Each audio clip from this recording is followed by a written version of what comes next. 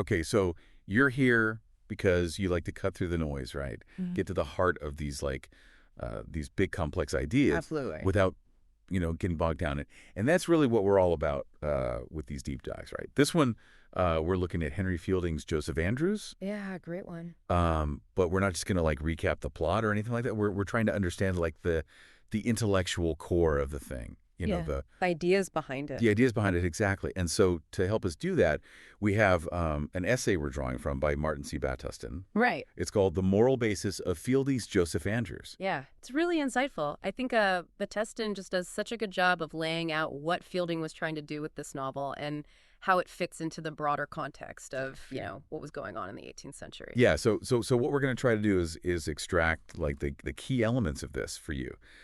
Fielding's critiques of his contemporaries, his kind of positive vision of morality and how it all comes together. Yeah. And Joseph Andrews, so we're going beyond just like the surface humor, right? Like Exactly. I think people think of Fielding and they think of just like a funny writer, yeah. but there's so much more going on under the surface, and Batteston really helps bring that out. Totally. So let's start right at the beginning with with Richardson's right? Acting. Pamela, right? Yeah. This was kind of the thing that Like sparked the impetus, yeah. it sparked Fielding to respond. Well, I mean, Pamela was huge. Huge, right? I mean, it was like the bestseller of the day. Yeah. I mean, Batteston mentions, everyone was praising it. Like Dr. Benjamin Slocum was giving sermons about it. Wow. Alexander Pope, the poet. Like everyone loved this book. Yeah. So Fielding, he sees this and he's not happy.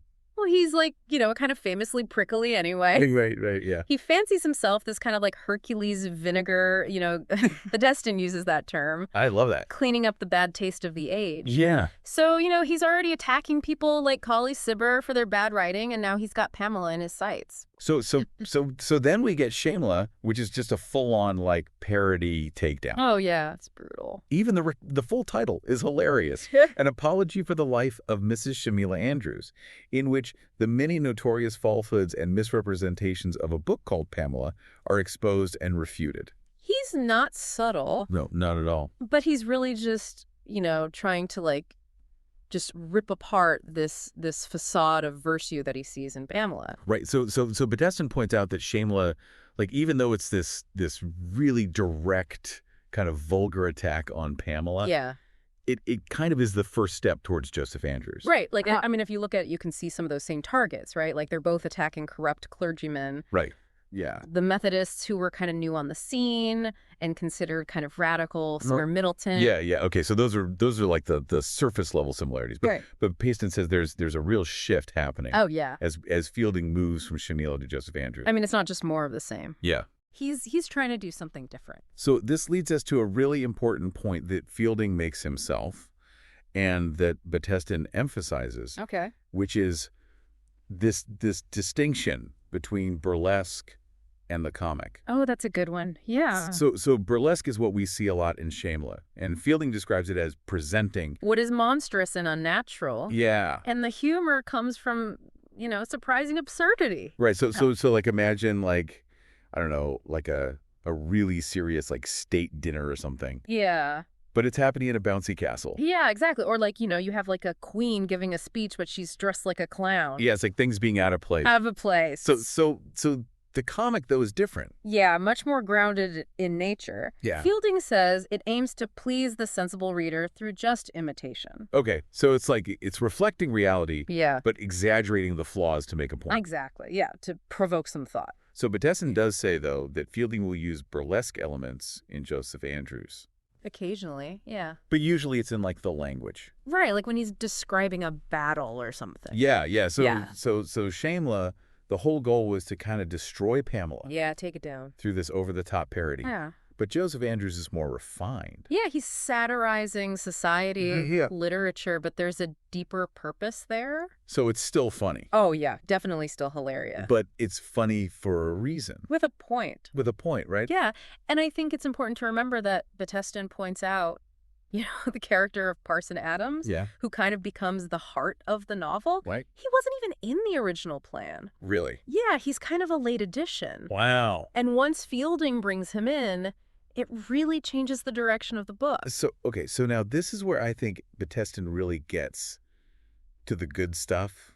you know, Which is Fielding's moral philosophy. Right, and it's not what you might think. Yeah, yeah. Like, some people have tried to say that Fielding was a Stoic Right. or a deist, but Batteston says no, he's actually very much rooted in Orthodox Low Church doctrine, Okay. and specifically the ideas of these latitudinarian divines. Latitudinarian, what is that? Yeah, so it's a group of thinkers like Tillotson, Beryl, Clark Hoadley, Right. and they were all about a kind of common sense Christianity, Okay. focused on practical ethics Right. and the idea that humans can actually become better. Okay, so it's not just about, like, these abstract theological ideas. No, it's about how you live your life, Right. your actions in the world. Yeah, and Batteston talks about how they believed in the inherent goodness of human nature. Right. Huge difference from someone like Hobbes, who Yeah. thought humans were basically selfish and constantly in conflict. Right, yeah.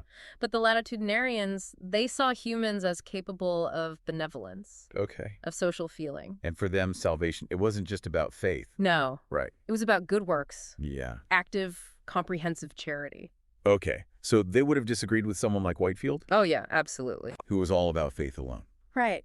Yeah, so this is really important for understanding Fielding, because this whole idea of the good man as hero Yeah. that Batteston talks about, he's drawing on those homiletic traditions, figures like Christ and Abraham. Right.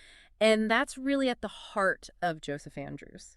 Okay, so this concept of good nature that Fielding keeps talking about, Right. what is that exactly? Well, Batteston defines it as a delight in doing good. Okay. It's a natural inclination towards virtue. So it's not just about, like, being a stoic and, controlling your emotions. No, it's not about suppressing your feelings. Right. It's about genuinely wanting to do good for others Okay. and acting on that desire. Right. So it can't just be like an intellectual thing. No, it has to be in your heart, Right. and it has to lead to action. And Batteston mentions this idea of humanity as a guiding principle. Yeah. What does he mean by that? So he's talking about these tender sensations that we feel Okay. that prompt us to act kindly without needing some complicated theological justification Right. or fear of punishment. Okay, so, but Fielding also, he wasn't naive. No, he knew that not everyone was just naturally good. Yeah. He believed that good nature had to be cultivated Food. through education, through social institutions. Okay, so how does all of this connect to, like, the actual themes and structure of Joseph Andrews? Well, so Batteston argues that the whole journey motif in the novel, Yeah. it's more than just a series of funny episodes. It's Right. actually a moral pilgrimage. Oh. They're moving away from the city, Okay. which represents vanity and vice, Okay. and towards the country, Okay. which represents virtue and contentment. Right, and this idea of, like, escaping the city to find something more authentic. Yeah, That's something I think we can all relate to, absolutely. even today. And then you have Parson Adams and Joseph Andrews themselves. Right. They embody those core virtues. Okay. Adams with his good nature and Joseph with his chastity. And Batteston talks about how their names are significant, right? Yeah, like biblical parallels. Yeah. Abraham known for his faith and Joseph for resisting temptation. Well, all right. So Parson Adams, he's not just this, like, bumbling comic figure. No. He's actually a very deliberate portrayal of a true Christian minister. Okay. And Batteston argues that Fielding is doing this to counteract all the negativity Yeah. surrounding the clergy at the Well, time. and we see his specific theological views too. Yeah. Like, he disagrees with Whitefield on faith alone. Right. He supports Hoadley's view of the Eucharist. Yeah. So through Adams, Fielding is really showing us his own beliefs. Okay, and we see all these other characters on their journey Yeah. who embody like true charity and false charity. Right. Like Trilliber, Yeah. the miserly part. He's Yeah. like the opposite of Adams. Oh, right. Yeah. And Batteston points out this idea that Fielding got from Borrow. Yeah. That even flawed heroes can inspire us. Because they're relatable. Yeah. We see their struggles. Okay. So the Wilson episode, right? Yeah. Which sometimes feels like just a little bit of a detour. Yeah. But Batteston says it's actually really important. Yeah. He compares it to Hogarth's Progress series. Oh, okay. Those paintings that show the dangers of vice Right. and the rewards of virtue. And Wilson's whole story, right? He goes from this life of pleasure, Yeah. relying on fortune, Yeah. to finding happiness in a simple rural life. That's the classical ideal, Right. but with a Christian twist. Yeah. And it really reinforces the message of the whole novel. Okay, so Batson also talks about how Fielding is offering an apology for the clergy. Yeah, he's trying to rehabilitate their image. Through Parson Adams, right? Yeah, because in the 18th century, clergymen were often seen as Yeah, they were a target. hypocritical, greedy, Yeah. corrupt. And Batiston talks about how some readers misunderstood Adams. Yeah, they thought he was just a figure of fun. Right. But Fielding's own sister Sarah came to his defense. Yeah, she said, Adams represents noble simplicity. Wow. And it's important to remember that Fielding also includes bad clergymen in the novel. Right, like Barnabas Yeah. Schollaber. Exactly, to show the contrast with Adams. Yeah. And we see Adams, patiently enduring ridicule, Right. defending his profession. So Fielding's being very intentional here Absolutely. with how he's portraying Adams. And finally, Batiston gets into Fielding's literary theory. Okay. His idea that truth is more important than abstract philosophy, Okay. and his love of satire, Right. the laughing mode of satire. And he was trying to create something new. Yeah, he called it the comic epic poem in prose. Yeah. So he's drawing on these religious teachings, but also literary traditions Yeah. to create this new kind of novel. It's not just a funny adventure story. Right. It's got this deep moral purpose. Okay. So to sum it all up, Yeah. Joseph Andrews, it's a response to Pamela. Yeah. It's championing this idea of good nature. Yeah. Grounded in this practical Christianity, Yeah. it's using humor and satire in this really clever way.